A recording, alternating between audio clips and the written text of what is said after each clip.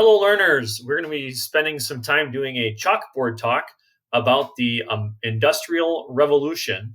Um, your job, unlike a whiteboard talk, is to do the following. All right, I'm going to talk. You're going to listen and watch. And unlike a whiteboard talk, there is no need to write any of this down. Okay, so in class, if I did the whiteboard talk, you'd be writing things down. But this is a little bit different from distance learning. So just sit back and listen. It's going to help you a ton with this unit called Industrial Revolution. It's going to help you a ton with this week's lessons. The first thing I want to do is break down the words Industrial Revolution. Okay.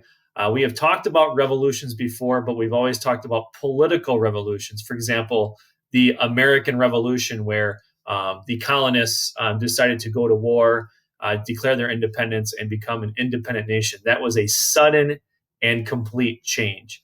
This is a little bit different. This has to do with technology, industry, factories, the word industrial.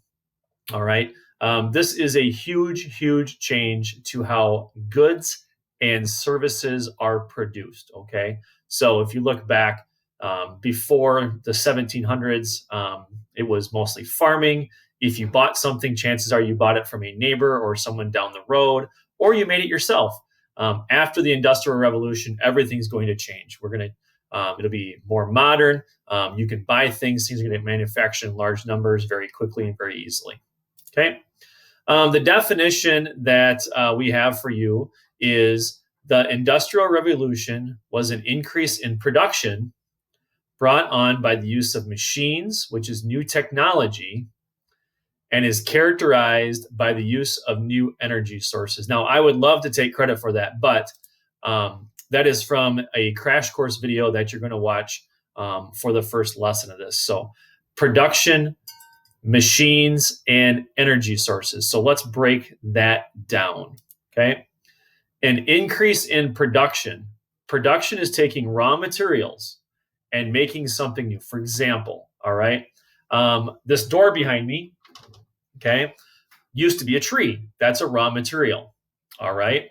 And through the use of technology and machines, whether it be cutting them down, using a chainsaw, that's different than an axe, taking it to a mill, having it put through machines, the way this door is produced has changed throughout the years, but you're taking a raw material in wood and you're making it into something that's in my house now called a door, okay? Machines basically are new technologies that use all the different kinds of simple machines, levers and gears and things like that to create something, all right?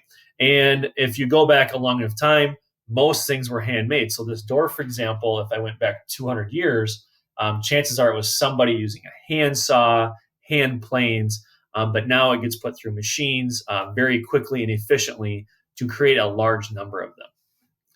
Finally, energy sources. And energy sources is using something from Mother Nature, okay, whether it be wind, solar energy, coal, nuclear, to create energy, okay, to create the power that is necessary to make something new. So, for example, Industrial Revolution, the water wheel was huge, okay, harnessing energy from rivers and from streams to do everything from grinding flour to creating textiles. Okay, textiles are clothing. All right. Now, one of the lessons is going to be on child labor. Okay. Unlike your lives, our children were used in all different kinds of aspects. They were cheap. They were very easily told what to do. They didn't ask questions, and a lot of them had to make money for their families. So we'll be looking at some pictures, but here are 4 images of children working during the beginning of the Industrial Revolution. All right, you have a little girl working the spinning wheels there. You have a young African American boy picking cotton. These are boys that worked in a coal mine, and one of the saddest parts, not only the abuse working, but a lot of kids lost body parts due to this. Now, you would think that this is over, but it's not. We'll be taking a little bit of time to talk about present day child labor. And here are 2 images of children working spinning machines and creating clothing. And this is from modern time. This is from the 2000s. Okay. Finally, we're going to talk about the 4 different industrial revolutions. So if you think about industry technology changing, it didn't just change once, it's changed throughout time. Okay, so about 1750, 1760, the spinning jenny was created. They started to use steam engines, and that's worked its way through all the way to electricals and assembly lines. If you think about the Model T, all the way up to using information and technology, for example, computers, to do that kind of stuff. And then finally, what we're in now is they call the 4th industrial revolution. And that is the blending of technology in our lives. For example, if I pick up my phone, okay, I can talk to my phone and my phone will know what I'm talking about. All right. It'll, like if I said, if you use Siri, or if you have a Google Assistant, or you have Alexa, all those kind of things, and working its way to eventually artificial intelligence. Big ideas for the Industrial Revolution. The first thing you need to know that everything changed. Everything. Okay. The world used to be 90% farmers and 10% people that lived in cities, and that has completely flipped. Okay. Inventions of things like the spinning wheel, or this is called the spinning jenny, all the way up to the steam engine. Technology is constantly changing. All right. Here's a picture of an old telephone. All right.